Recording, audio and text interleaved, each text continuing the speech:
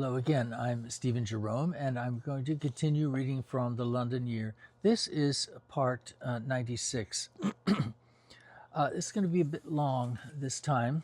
I'm trying to keep them bite-sized, but there's an important scene here as the flatmates gather for a little party in the garden, the euphemistically called garden. It's the dead patio, but anyway. So hang in there with me on this one. Thank you very much. Part 96. As autumn caught up to summer's last days, there was a letter in the post addressed to me. Inside was an invitation from Colin and Francesca to a barbecue. Coming in a beautiful envelope and written in a formal hand, it was amusingly out of scale to the occasion and its proposed setting, our scrappy back garden. But we all got one. Mine had a line extending the invitation to Tess as a flat alumna. I had the impression that Colin and Francesca were already feeling nostalgic as we all contemplated the end of our short-lived era. Selling the flat was now a foregone conclusion. On the appointed Sunday afternoon, with the summer heat behind us and the days already shortening, we all looked forward to what would probably be our last reunion. They brought a small hibachi barbecue and a bag of coals to cook lamb chops, lots of the small, expensive ones, with a bone sticking out, allowing one to eat with the fingers. Francesca provided the ingredients for a big salad, announcing proudly that the greens were all taken from the manor house's kitchen garden. She also provided several bottles of really good red wine from Daddy's cellar. That would be the Baron. Finn brought beer. I provided Harrod's cheese and ice cream for dessert. Tess arrived, pleased to see everyone again, but especially Gracie. At one point, I watched them huddling together, giggling like old times. Gracie said she'd invited Sebastian as her +1. She had the lingo down, but I could have told her that was a bad idea. Sebastian may have thought so too. He'd have sucked up all the oxygen, even without meaning to. Finn was in good form, definitely on the lean side, but with his stinger sheathed, if only because his armor seemed so battle-worn, bruised from bumping into things. He didn't even poke at Colin. But I was most surprised by Francesca, who seemed to be more relaxed every time I saw her. Yes, she was literally to the manner born, anachronistic in almost every way, but her inbred airs and culture were as authentic as Dolly, the Cockney retiree who came to Harrod's every Friday, reminding me with a twinkle not to forget her discount. Both embodied England's long history, and I adored them equally. There was another layer of excitement as well. Finn announced that he'd be presenting Francesca with her long-awaited portrait. She was tingling with anticipation. I think we all were, or maybe it was just relief. When we pressed our luck, Finn said no, we were not allowed to see the big portrait of Sebastian until it was finished. Then, with the authority of an insider, Gracie said the only two people who have seen it were the artist and his muse. She was making a joke, and she wasn't quite wrong, but I saw Finn wince.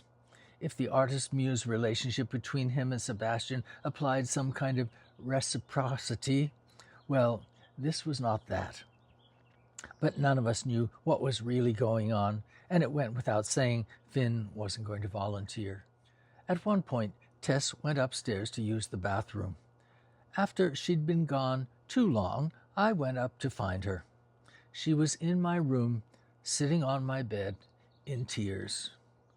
Then I saw beside her my sling bag, camera removed, resting on the Indian bedspread. I immediately guessed she'd wanted to take pictures of the gang and went to find the camera. Not a problem. Then she thrust the Polaroid toward me. I froze. "This is Timothy," she said through tears, utterly incredulous. Having not shot anything since that fatal night, I'd forgotten all about the single frame I'd put back with the camera and tossed in the wardrobe. I took the photo from Tess and stared at it. There was no mistake. Veiled, but unmistakable. It was Timothy surrounded by the arms and legs of naked male bodies. I'd never seen the fully developed photograph myself. Were you sleeping with... Oh my God, Terry, were you sleeping with my best friend's brother? She made it sound positively incestuous. No, I said emphatically. I mean, not like that. It was an accident. Really? An accident at some, she struggled for the words, some sexual free-for-all? It was Sebastian, Tess, before Timothy went away. I know where he went, Terry. I know all about it. Actually, you don't, Tess. I don't think you know anything about it. And that's probably the only thing I can thank you for, she zinged back, sobbing some more. I'm sorry, Tess, I said weakly, looking at the picture again. I warned you, Terry. I didn't even know he was gay, I protested weakly. Then you're not as bloody observant as you think you are. Apparently not, I sighed ruefully. Blanche warned me, Terry. She told me about Timothy and Sebastian. She told me to watch out. Timothy warned me too. The day after this, I tossed the Polaroid back onto the bed. Tess, it was... I don't care, Terry. I don't want to hear any of it. So many lies. She sighed heavily, wiping the tears from her cheeks. And we've been having such a nice time. How can I ever trust you again? You can't, I said bluntly. You've always known the score. She nodded sadly. I don't know if I ever want to see you again. As she stood up, the door opened. It was Gracie. She saw Tess's tears. What's going on? What happened? But her demanding tone wasn't out of concern for Tess. Tess looked back at her, then back at me. I don't recognize either of you anymore, she said, and pushed past us out the door. Gracie and I looked at each other. Her eyes darted to the Polaroid on the bed. Then she saw my spark of panic. What is that, Terry? She asked. Suddenly, we both lunged for the photo, but I was closer and grabbed it first. It's Sebastian, isn't it? She said. We can't have those sort of things going out. No. Yes, it is, she yelled and grabbed for my arm. I pulled back. Please just let it go, Gracie. It's not about you. It's not about Sebastian. She was ready to lunge again when I heard the front door slam shut, and at the same time, someone running up the stairs. Finn poked his head in. Everything all right? Was that Tess leaving? Yes, Gracie said coldly and moved toward the door. Finn stepped back as she stormed out. Just getting my camera, I said to Finn. I quickly tucked the photo under my pillow and tossed the camera to Finn. Here, you do the honors. What was all that about? He asked as we headed down the stairs. Tess had to go, I said. Already? I guess so, I replied. When we entered the sitting room, Finn continued out to join the others, but Gracie was waiting for me. We can't have any compromising images floating about. There was that we again. Put it to rest, Gracie. It was all she could do not to frisk me. I was shocked by her fierce gaze. I think we're through, I said. She took a deep breath. I'll talk to her, she said, meaning Tess. No, Gracie, I'll talk to her. Whatever you're on about has nothing to do with Tess. It's just that Sebastian is very... Enough, I said too loudly, cutting her off immediately. I get it. Gracie looked nervously over her shoulder toward the patio. We'd better join the party, she whispered. When we stepped outside, Francesca addressed me. Did Tess leave already? She wasn't feeling well. My tone suggested there was nothing more to say. Poor dear, Francesca replied, and very diplomatically left it at that. Colin was demonstrating the radical addition of raisins in the green salad. It's Mediterranean, he said to Gracie. Do you like olives? Oh, no, she protested. How about a picture, said Finn, waving my camera. Come on, everyone.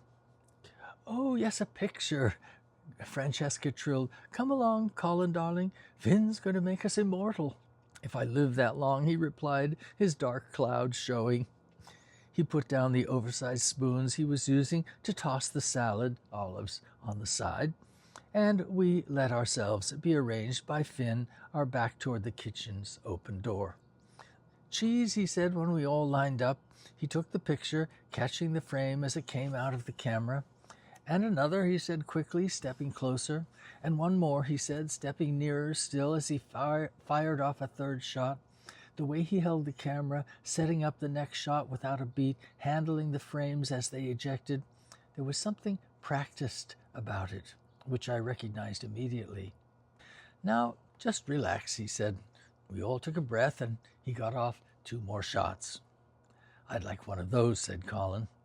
"I want one too," Gracie said, and Finn handed out the still unexposed images, including one to me. "And one with Finn," Gracie said. "I'll do it," I said. Finn and I changed places, and I took 2 more shots, putting one in my pocket and handing the other one to Gracie. "Last one of Finn and Francesca," I said. "Oh, yes, please, the artist and his other muse." I stifled a chuckle and caught Finn's quiet grin as well. I could tell he was about to say something, but in the spirit of bonhomme, decided to give the lady, a pass. The photo session ended when Gracie screamed about the smoke and Colin leapt to rescue the lamb. After the main course, Finn excused himself, then came back with a wrapped package and handed it to Francesca. She tore away the paper and carefully studied the framed painting. We all crowded around to have a look. It was small, only 12 by 14 inches, in a simple gold frame. The likeness was there, but submerged under heavy layers of paint, just as he'd explained to me. He had painted history first, with the face of Francesca. She said she'd have to find a special place for it, or it would be swallowed up by the other near life-size paintings at the manor house. Colin said he was relieved the eyes didn't follow him around. This time, Finn couldn't resist and joked that when they finally did notice him, they would. All in all, however, after the incident with Tess, the whole afternoon was anticlimactic.